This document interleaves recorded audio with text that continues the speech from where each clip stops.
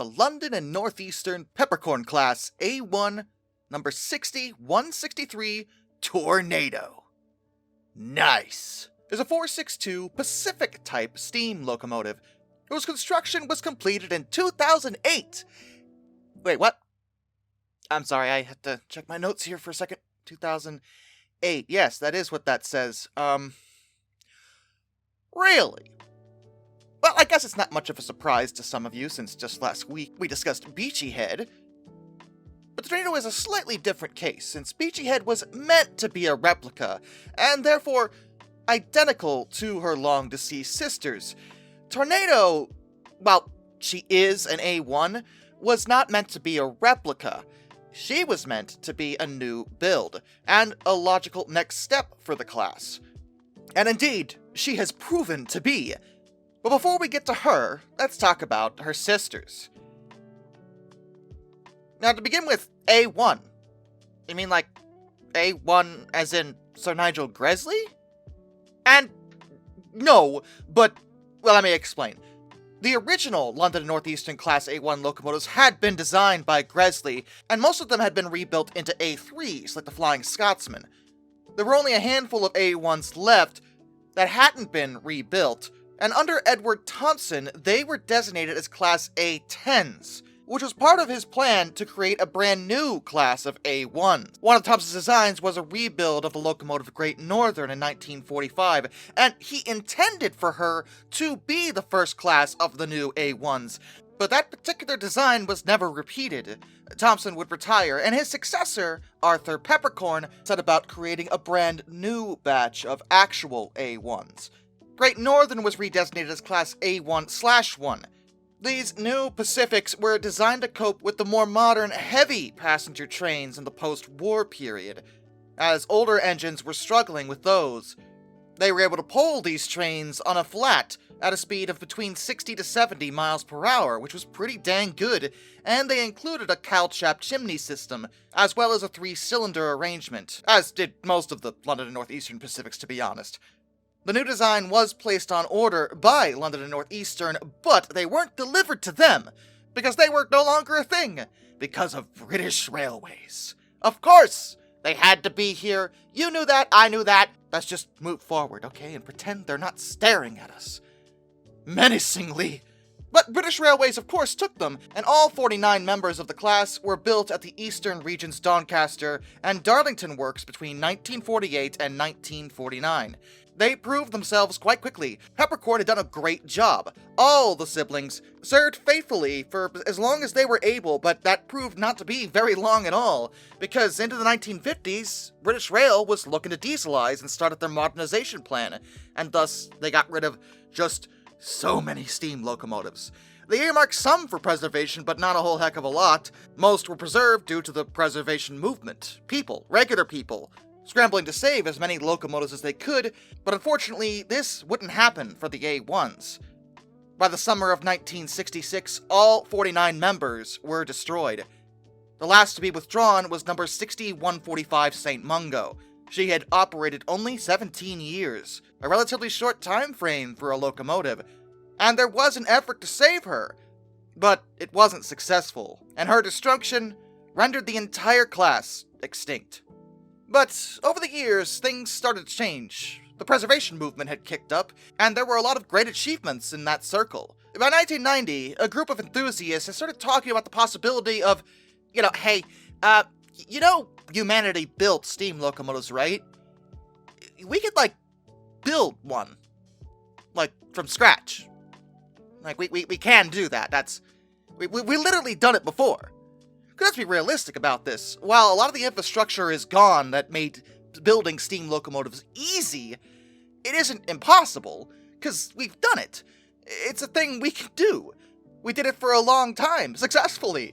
And this would lead to the founding of the organization known as the A1 Steam Locomotive Trust, with at the time the goal of building a brand new Peppercorn A1, reviving the class, bringing them back from the dead with the power of mad science. Actually, it was mainly just old engineering documents and a lot of things they had to get a hold of. Because when I say from scratch, I really do mean from scratch. A big push for their locomotive was to manufacture all the components brand spanking new, not take parts from existing models or utilize surviving pieces. No. This was a new build, period, end of discussion. A tremendous undertaking, because one of the reasons why most heritage groups don't do that is because it is violently expensive. Because all the infrastructure to make steam locomotives is long gone, everything has to be custom made, which costs more money, and it adds up pretty quick.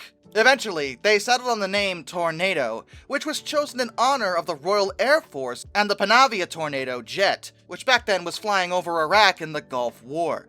The person who got to choose the name was also someone who had donated £50,000 to the project, so yeah, I'd say they earned that right. And construction began in the early 90s. At a slow but reasonable pace. They knew this wasn't going to be easy, but they knew it could be done. And another influence on them was actually the project to revive the Duke of Gloucester. Duke wasn't a new build at all. She was restored to operation, but she was really in pieces when they first got a hold of her. A lot of her components were missing, and many of them had to be newly fabricated. But they succeeded, and the result was that it showed that these parts could be newly fabricated. It was possible to do, meaning that even if you weren't restoring a locomotive, you could just make a new one from scratch, right? Well, yeah, you can.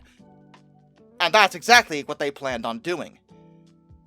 Another reason why they chose it to be a new build is they actually were pushing the idea of making this a more modern steam locomotive, a modern design with newer technologies to show how much more advancement could be made by using steam.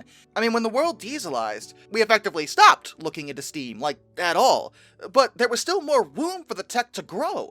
Plenty of it, to be honest. There are many things that are still likely to be found out, different tools, different methods that could make steam even better as a power source.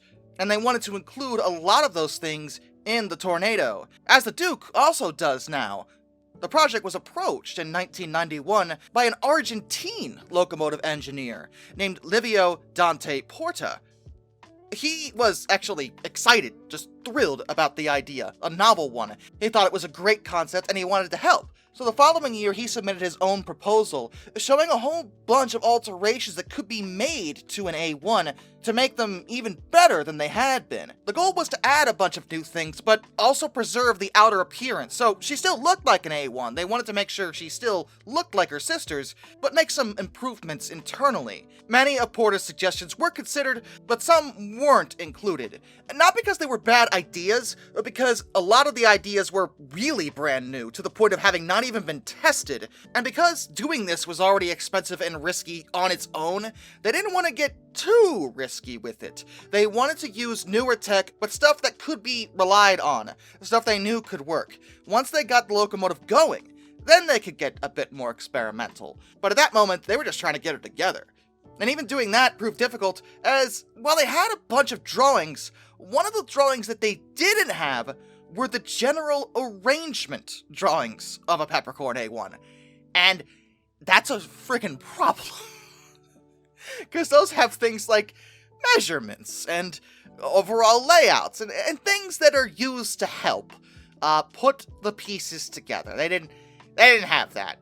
So to get rough engineering dimensions for her, they had to use a close relative of hers that did survive, a Peppercorn Class A2 6532, named Blue Peter. With those measurements combined with the other drawings they did get a hold of, they were able to start work. And they even got to interview Peppercorn's former assistant, J.F. Harrison. Peppercorn himself had died years ago, in 1951, but his assistant was still alive and was able to offer some details that even the drawings didn't show, helping the project move forward. There are quite a number of changes within the Tornado, but I'll list the big ones for you that we have a rough idea of what we're looking at when we talk about this engine. Instead of a riveted boiler, she has an all-welded boiler. She has a steel firebox, not copper. Her frames were cut out in a single piece, which was not possible back then. The original A1s had their frames riveted together. She has roller bearings, which, yes, excellent. I love roller bearings. Smooth gliding down the track. Magnificent. There were improvements made to her front bogie, improvements made to her steam circuit. She overall weighs less than her sisters did, and her tender was altered slightly. to allow it to carry more water than it used to with a little bit less coal. This is likely because, frankly, there's less water stops available for steam locomotives in the modern day. There were also some other changes that weren't necessarily intended, but they had to put them in due to modern safety standards. Modern locomotives have a lot of requirements. They have to have certain technologies included in order to make them safe. And since she was a new build, and not a restoration, she had a lot more trouble with certifications. There were a lot more requirements and hoops for her to jump through, whereas a restored locomotive has more leeway because of historical value and things like that. But that didn't apply to Tornado. So, she had to have uprated electrical supplies, primary air brakes, not steam, air brakes, LED cluster head and tail lamps, vacuum brakes, a 1-inch reduction in overall height for overhead line equipment regulations, an automatic warning system, or AWS, a train protection and warning system, or TPWS, a data recorder, and a European Rail Traffic Management System, or ERTMS, compatible GSM Railway, GSMR, cab radio. All these things obviously would not have been in her sister's, but in order to get those certifications, in order to be allowed to run on the main line, she needed all that, and they gave it to her. Her boiler also presented a unique challenge. See, no standard gauge boiler had been built in Britain for a large express locomotive anyway, since the 1960s. A Tornado's boiler had to be a little special, since not only did they want it to comply with the original design specifications, but also meet modern safety standards, and that was annoying. Part of the modern standards included welding it rather than riveting it, as well as steel rather than copper for the firebox, and there were still a few manufacturing facilities in Britain to make the boiler, but the design differences were causing concerns. Frankly, they needed a supplier with very specific experience of designing, building, and the certification of modern steam engine boilers, as required by the European Union's Pressure Equipment Directive. So they couldn't just give the task to anybody. The boiler is one of the most expensive pieces of a steam locomotive, and they had to make sure whoever did it got it right. And they found them, but not in Britain. In 2002, they contacted the Deutschbahn's Meiningen Steam Locomotive Works, located in Germany. That repair shop had a very unique set of circumstances, allowing it to have personnel with knowledge about modern steam locomotive boilers. Mainly that steam operation had continued in eastern Germany, behind the Iron Curtain, until the mid-1980s. And in the early 2000s, 70% of their work still involved steam. They still handled steam engines. All the time. Every day. But the trust didn't have enough funds to pay for it until January of 2005. But they did wind up sending the order then, and Meiningen put the thing together, and did a fantastic job. The boiler arrived by sea on July 16, 2006, and was unloaded at Darlington with a 200-ton crane. It took 9 months to put together, like a big baby.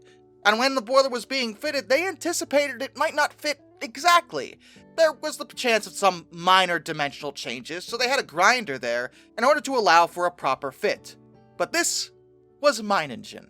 And when they put the boiler and firebox on, they found that it fit perfectly. Spot on. Precision German engineering. The only hiccup was that putting the boiler and firebox on had naturally added to the weight, and there was some compaction of the track bed, which made it difficult to move Tornado back to where she had to be in order for them to continue work on her. But now that they had the boiler and firebox, they could put everything else together. She was almost ready. But there was also the matter of the tender, which they were still trying to work on. In the early days, it was thought they could just borrow an existing tender and that should be fine. There was an extra tender associated with Flying Scotsman that they did get a hold of, but then they thought about it and realized, no, we're doing a new build. The tender should be new too, not just the engine. So they gave that tender back, because no, we're doing it this way, and indeed, they would construct a brand new tender for Tornado. But even that on its own was violently expensive and took a long time. The motion components alone cost £150,000. Okay, great, but they got it done. Hey, you know. And Tornado was mostly assembled at the A1 Truss Darlington Locomotive Works. And by 2008, all those years of struggle and toil and so much money finally paid off. Low-speed trials first occurred on the 500-foot-long track at Darlington Works that year, and she made her first in-steam moves on July 29th, 2008, moving up and down the test siding in front of the press, demonstrating that, hey guys, we built a steam engine. Why? Because we wanted to. Because this is Britain. This is Britain. Yeah, I'm not British. I don't know how you guys celebrate national pride. Here in America, we just yell. But listen, you should be proud of yourselves. This is awesome. Tornado officially launched on August 1st of 2008. And that date was chosen on purpose because it was close to both the end of steam on British railways on August 4th, 1968, as well as the 60th anniversary of the very first entry into traffic of a Peppercorn A1 class, number 6114, W.P. Allen. As a new build, she is entered into tops, though her number within tops is actually different than her number, well, her actual number. Her normal number is 6163, but in tops, her destination is 98863. This is because of the way tops works. Tornado was given her 6163 number after her sisters. That was the next logical number for their family. But in tops is different, and the A1s were pre-tops. In tops, she's designated 98863 because 98 is the descriptor for a steam engine, 8 refers to her power classification of 8P, and the 63 is taken from her actual number. Either way, though, it's her, Tornado. She's here, and she's awesome. Following her mainline tests and proper certification, which again was a bit more difficult than it usually would be, she was actually certified. And on January 31st, 2009, she completed her very first passenger trip on the British mainline, hauling the Peppercorn Pioneer on a return trip from York to Newcastle via Darlington and Durham. Since that time, she's done quite a bit of touring. That's pretty much all she's done. That's what she does. And she even broke 100 miles per hour. Early in the morning on April 12, 2017, she hit that speed on a test run on the East Coast Main Line. That made her the first steam locomotive to do that on a British main line since 1968. And that test was actually important because they were trying to get her approval to run regular 90-mile-per-hour operations. And, she got it after that. That made her the fastest operational steam locomotive in Britain, and the second fastest in the world at the time, just behind Deutsche Reichsbahn 18.201. She also set a new record in 2011 for the longest single day trip in Britain by a steam locomotive since the 1960s. She pulled the Caledonian Tornado from Crewe to Glasgow and back over 530 miles. She was putting in solid work, and as far as I'm able to tell, she only suffered one major breakdown. In 2018, while running at 90 miles per hour, her inside motion failed. She had to be repaired, and retesting took several months to finish, but then she was right back at it again. In 2021, she did have to be withdrawn, however, due to issues with her tender wheels. Additionally, she needed a major overhaul to be compliant with modern regulations.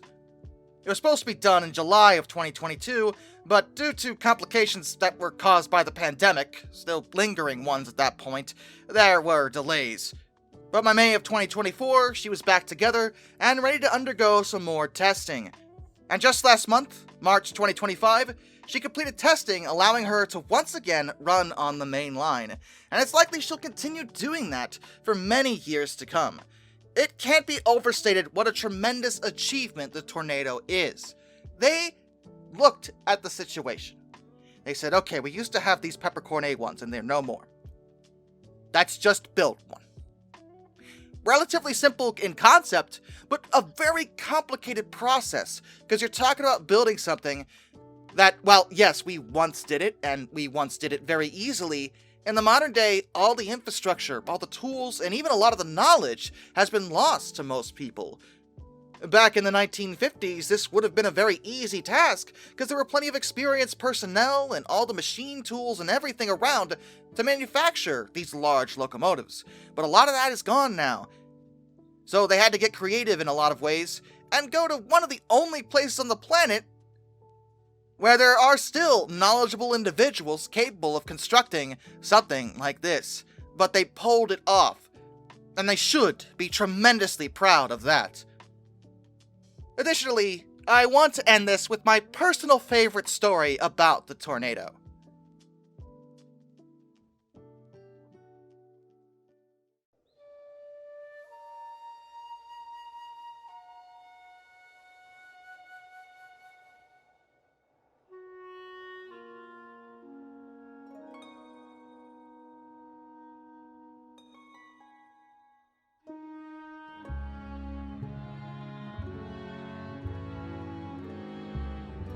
It was December 21st, 2009, not long after she started her career. And it was right in the middle of what was known as the Big Freeze of 2010. That's what the British media called it. And it was a pretty major meteorological event that caused pretty severe winter weather in Europe. There was a lot of snow, a lot of ice, and it was freezing cold. So cold, in fact, that there were people stranded at London Victoria who had planned to take a train home, but the local electric locomotives, which got their power from a third rail, couldn't move. The snow and the ice was making it impossible. They were stuck. But you know who didn't care how cold it was? Tornado. Tornado was in the area hauling a tourist run, a Cathedrals Express lunchtime special specifically. But due to the bad weather, there were a lot of issues on the roads as well, as you can imagine. Many people simply didn't show up. They couldn't get to her. But since the snow didn't bother Tornado, they were still gonna pull what passengers did show up. But that also meant there were a lot of extra seats. The crew of the Tornado was told about the stranded passengers, the ones who were supposed to take the regular trains home. And they decided, you know what? We can help with that. They offered the spare seats to these commuters, and took 100 people at least home, who otherwise would have been left to freeze in the cold. Tornado did an astonishing job, and the press at the time suggested that a lot of the people may not have even known that they were being pulled by a steam engine until they got to their destinations. But they did get there. They got home because of her.